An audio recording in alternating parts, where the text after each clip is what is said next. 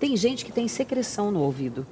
Então, a otite que eu falei, eczematosa, ou ela dá uma descamação, então tem paciente que vai ter muita descamação nessa região externa, ou ela fica exudativa. O que é exudativa? Ela purga, ela sai uma secreção clarinha, fica descamando e saindo um líquidozinho.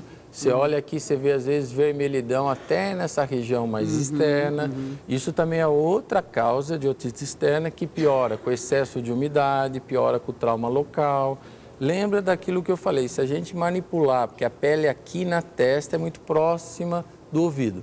Se a gente manipular com frequência ali, você vai favorecer essa descamação e essa irritação. E mais, assim, para terminarmos com essa parte do ouvido, porque eu queria falar sobre rinite também, por exemplo, a pessoa quando mergulha, não é? Às vezes ela tem problema no ouvido, no nariz, aqui dói e tal. A condição, Hilda, para você ter, por exemplo, uma carteira de mergulho profissional, você tem que ter uma avaliação de otorrino, por quê? O otorrino, ele vai avaliar, nós vamos mostrar depois a outra maquete das fossas nasais. Atrás do corneto, a gente tem essa tuba, que é esse canal que Você quer mostrar já? Vamos mostrar. Vamos lá, pega. Ó, se você vê aqui na maquete, agora eu vou ajudar o nosso cameraman, porque essa é maior, Agora tá bom, né? Agora ficou legal. Se você vê aqui na maquete, isso aqui é um corte lateral da face. Esse é o corneto inferior, corneto médio. Isso aqui é o que dá a tal da rinite. Esse canal que você está vendo aqui é esse aqui do ouvido.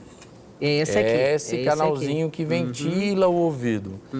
Então, quando a gente mergulha, você tem cada 10 metros uma atmosfera empurrando a membrana para dentro. Você tem que ter pressão interna que empurra a membrana para fora, senão ela abre, ela rompe, ela descola toda a mucosa e tem sangue no ouvido, que a gente chama hemotímpano. Você compensa isso com as técnicas que eles ensinam no mergulho, de ir suflando o ar. Quando eu abro a boca e eu engulo, eu jogo o ar nessa região. Se eu tiver uma rinite, se eu tiver secreção, isso aqui pode estar bloqueado. Aí é uma contraindicação por mergulho, principalmente em altas profundidades.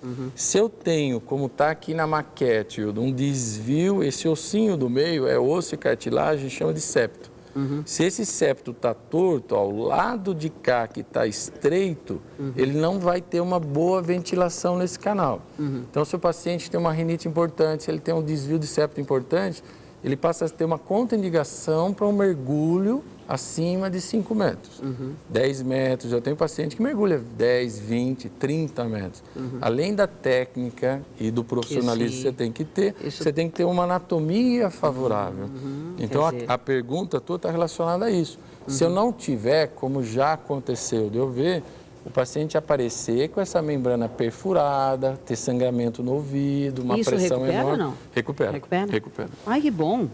Porque diz que quando fura o tímpano, recupera, não está nunca mais, não é verdade? A perfuração de tímpano, que é o tímpano que a Hilda falou, a membraninha essa aqui, roxinha ali, esse roxinho aqui. Nem se dá para vocês verem o roxinho, mas tem um roxinho aí. Tem sim, deu para ver lá. É isso aí. Aqui no fundo, a membrana do tímpano, ela pode ser perfurada, por exemplo, uma bolada, um tapa na orelha, onda, já tive paciente que levou uma onda, a pressão rompeu, brincadeiras às vezes inadequadas, como já vi beijo aqui, estralar e a membrana abre. Que beijo Só é que essa perfuração, todas essas que a gente chama de traumáticas, desde que não evolua para uma infecção, por isso que é importante ver, 99% ou 98% fecha sozinho em 2 meses. A gente só avalia, mas a pessoa mostra fica surda, e acompanha. né? Sim, ele perde o que a gente chama de audição de condução. Quando a gente está ouvindo, o som ele vem, movimenta, vamos lá de novo na maquete aqui, o cameraman, eu esqueço o nome dele, né? É Júnior. Júnior, quando o som vem, ele movimenta essa membrana, movimenta o martelo, os ossinhos e manda um estímulo para o nervo. A outra parte, ele vem, bate no outro e vai no osso e vai direto para o nervo. Então, na audição, a gente tem a audição da via óssea e via aérea. Se eu tenho uma perfuração, essa via aérea atrasa. A via aérea e a via óssea, ela anda junto. Então, você vai fazer uma audiometria, vai dar o que a gente chama de gap, uma diferença entre a aérea e a óssea. Então, o paciente fica com uma sensação igual quando você desce a serra, aliás, pega eu ia o avião, te falar fica isso, não fica tapado? Fica aí, tapado. Mastigar chiclete resolve, ajuda, não? Nesse caso da perfuração, não. Não, mas quando está normal. Quando está com a tuba não bem ventilada, como eu falei lá, catarro, secreção, é muito comum você ter um quadro que a gente chama de insuficiência de tuba auditiva. Quer dizer, esse canal não ventila bem o ouvido. Aí fica com aquela sensação que a gente chama, o termo médico é plenitude auricular, pressão no ouvido. Isso aí você melhora com uma manobra chamada Toynbee. Em vez de fazer o que a maioria faz, a maioria faria o quê? Fecha o nariz e assopra. Isso chama-se valsalva. Quando você faz isso, se tiver catarro no nariz, que não é muito infrequente, é comum agora, você desloca mais catarro para o ouvido. Então, o mais fisiológico é você pega o copo d'água, fecha. Se você fizer isso, engole umas 10 vezes. Eu quero ver. Você vai sentir uma pressãozinha e ele vai puxar, vai engole. Você vai ver que dá uma pressão, agora você engole aberto. Só que aí, o movimento da tuba é para cá. Na valsalva é o contrário. Então, se eu tenho catarro, eu desloco e piora. Aqui não, é mais fisiológico. Bom, então eu já entendi.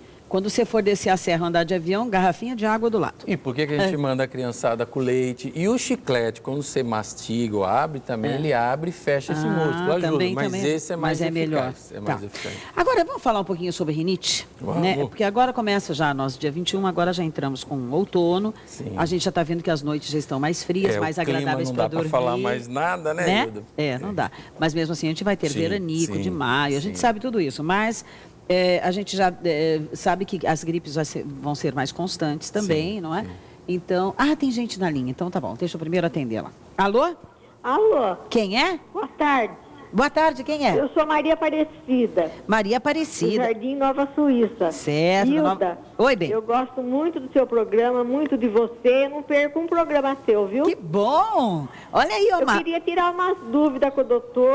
Pode tirar, querida. Pode, ficar à Boa vontade. tarde, doutor. Tudo bem, Aparecido? Boa O meu tarde. histórico não é muito lá, essas coisas que eu tenho muita doença, quer dizer, muita doença. Desde de bebê que eu sou doente. Doente entre aspas, né? Desculpa.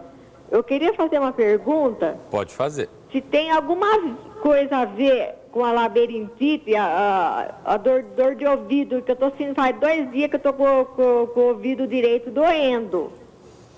E eu já tive labirintite, eu não tinha nem 40 anos ainda, mas eu fiz um tratamento com remédio, mas o remédio fez eu engordar muito, eu parei.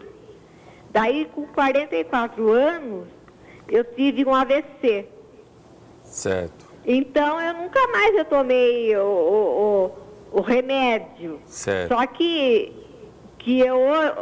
faz 2 dias que eu estou sentindo muita tontura, dor de cabeça, e eu não estou sentindo gosto do alimento e nem cheiro de coisa que eu gosto, que nem eu amo café, né? Café e chocolate é a coisa que eu mais gosto. Eu acho que com essa história, Aparecida, é importante fazer uma avaliação. Se a senhora estiver um pouco congestionada, com um quadro gripal ou mesmo uma rinite, ela vai interferir nessa área aqui, dona Aparecida. Vamos de novo na maquete. Porque para você sentir bem o cheiro, Aparecida, o ar tem que entrar pela fossa e circular por cima. Aqui está o nervo do olfato. O olfato está ligado ao gosto. Se a senhora tem um catarro aqui, pode esse catarro deslocar por esse canal para o ouvido e aí você vai ter dor de ouvido porque tem secreção no ouvido. Essa secreção no ouvido pode ser causa de tontura, então teria que olhar esse ouvido da senhora.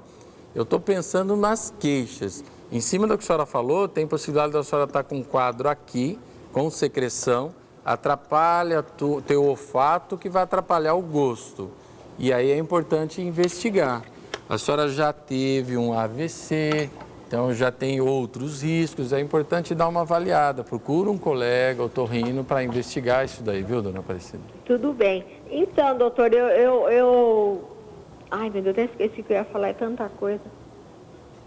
Faz 2 dias que eu tô com tontura, dor de cabeça. A tontura... E no eu abaixar, eu sinto muita tontura. E eu percebi que eu ia cair, eu me joguei na parede. Porque por causa do AVC, eu tenho muito medo de cair, né? Mas eu ando tudo. A preocupação, há 2 anos atrás, até a Sociedade de Otorrino se juntou à Sociedade de Ortopedia e fez uma campanha em queda no idoso. A senhora, quantos anos a senhora tem, dona Aparecida? Desculpa. Ela desligou. Desligou. Mas eu acho que é importante frisar que tem que investigar, porque uma das preocupações, além da tontura, Hilda, é que ela pode ter essa história de queda. E pessoas de mais idade é comum ter fratura de fêmur, fratura de tíbia, que é muito mais sério, né? É verdade. Vamos lá no telefone. Eu não consigo perguntar os que Amém, né? Tem tanta coisa. Você vai ter que voltar aqui, doutor. Eu volto. Não pode esperar um ano, mas, chique né? assim, né? Não pode esperar um ano, porque tudo que eu olho aqui, ó. Quanta coisa eu queria perguntar para você sobre adenoide, mas adenoide ainda dá para perguntar. Tá. Né? Amígdalas e tantas coisas. Vamos ver quem está na linha. Alô? Alô, Quem é? Cláudia, Cláudia. De onde, Cláudia? do Planalto. Do Planalto? Isso. Tá, seja bem-vinda, viu? Obrigada, Hilda. Parabéns pelo programa. Obrigada, querida. E aí, qual que é o problema de tontura também? Então, eu tenho 28 anos. Primeiramente, boa tarde, doutor. Boa tarde, Cláudia. O que está acontecendo é que há um mês eu estou sentindo muita tontura e está vindo relacionada a vômito. Eu estou vomitando bastante, eu já perdi 8 quilos. Eu não consigo abaixar a cabeça, virar a cabeça de lado.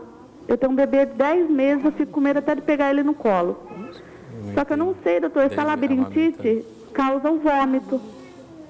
Porque quando eu acabo de comer qualquer coisa, eu já começo a sentir aquele mal-estar, a tontura, o ouvido parece que está tapado.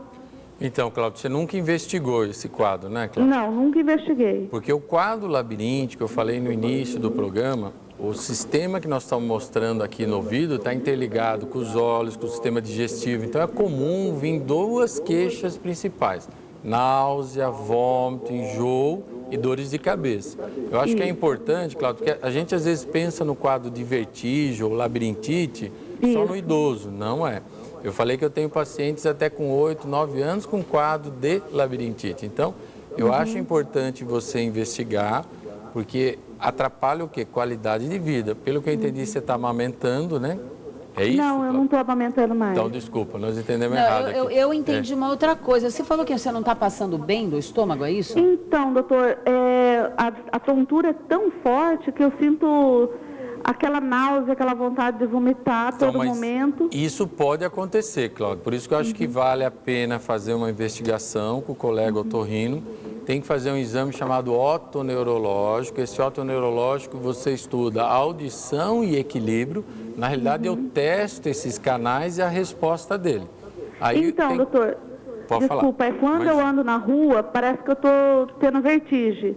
Sabe, eu fecho os olhos assim, o corpo vai para o lado, vai para o outro, sabe? Lembra que eu falei que o quadro, o labirinto está interligado com os olhos. Na hora que você fecha, você inibe um sistema que compensa a gente nos movimentos. Aí fica mais claro até o lado comprometido. Por exemplo, se andar com os olhos fechados, desviar para a esquerda, a possibilidade de lesão no labirinto esquerdo é maior. Então, acho que é importante investigar, viu, Cláudio? Porque hoje existe medicação, mas existe a reabilitação, que é uma coisa fantástica e a resposta é muito rápida.